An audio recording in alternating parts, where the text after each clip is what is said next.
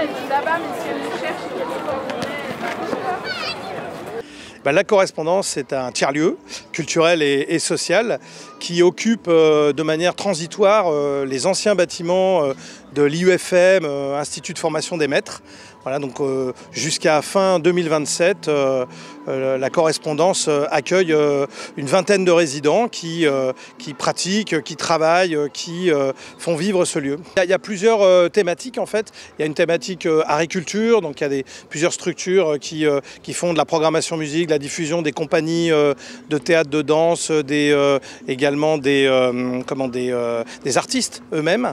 Ensuite, il y a une activité plus autour de la transition écologique, avec un supermarché coopératif, des associations qui travaillent sur la question du dérèglement climatique. Il y a aussi des associations qui font plutôt de la formation, de la réinsertion envers les personnes en situation d'exil ou en réinsertion. Puis on a aussi un livreur à vélo qui lui travaille sur le site. On a aussi des structures qui font du sport et l'éducation populaire, puisqu'on a un gymnase, une salle de danse, donc des espaces de pratique.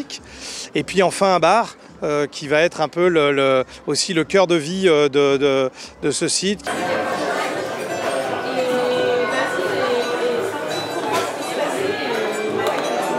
Ce lieu a vocation à devenir la place du village du tiers-lieu de la correspondance. Donc on est un bar cantine guinguette. L'idée c'est d'avoir de la restauration le midi, un espace à disposition toute la journée et une programmation culturelle le soir. Voilà, où on sera ouvert du mardi au samedi avec une cantine et puis de l'événementiel, notamment les mercredis soirs et les samedis aussi en journée pour accueillir les familles, tout type de public.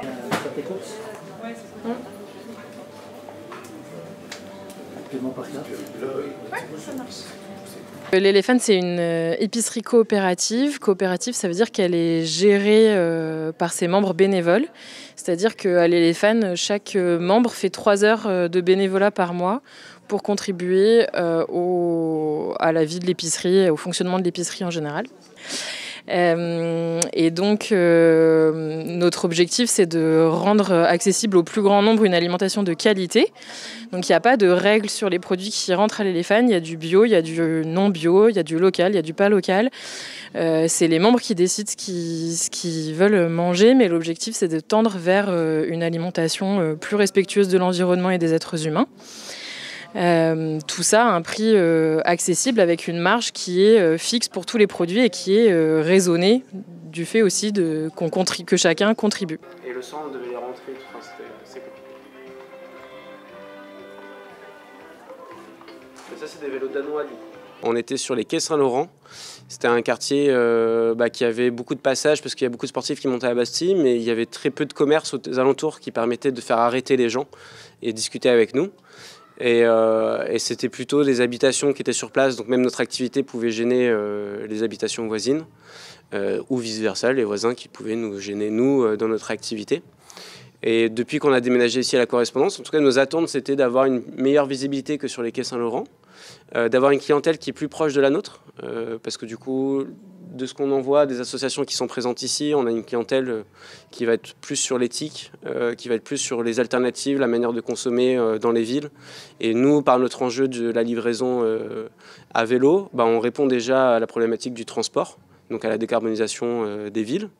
Et là, on a un public qui est assez cible, même si ce n'est pas forcément des consommateurs, c'est en tout cas des gens qui vont relayer notre image et nos services.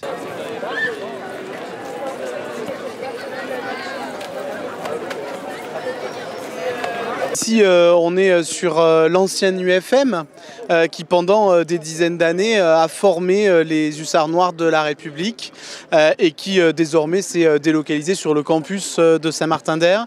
Et donc, lors de cette délocalisation, la ville de Grenoble a racheté l'ancienne UFM pour ici faire émerger un nouveau quartier grenoblois qui reliera le nord de Grenoble avec le sud de Grenoble. Et ce nouveau quartier, il commence d'ores et déjà à se construire. On peut le voir un peu plus au nord du site, mais il va mettre quelques années à se construire. Et on a voulu que cette ressource ces bâtiments soient mis à disposition en attendant pour permettre aux acteurs grenoblois métropolitains, parce qu'on est au cœur géographique même de la métropole, de pouvoir bénéficier de ce site qui jusqu'ici était inutilisé par les grenoblois puisque réservé aux étudiants.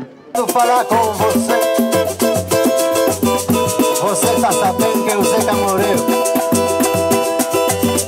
por causa de brigas que tive com a lei.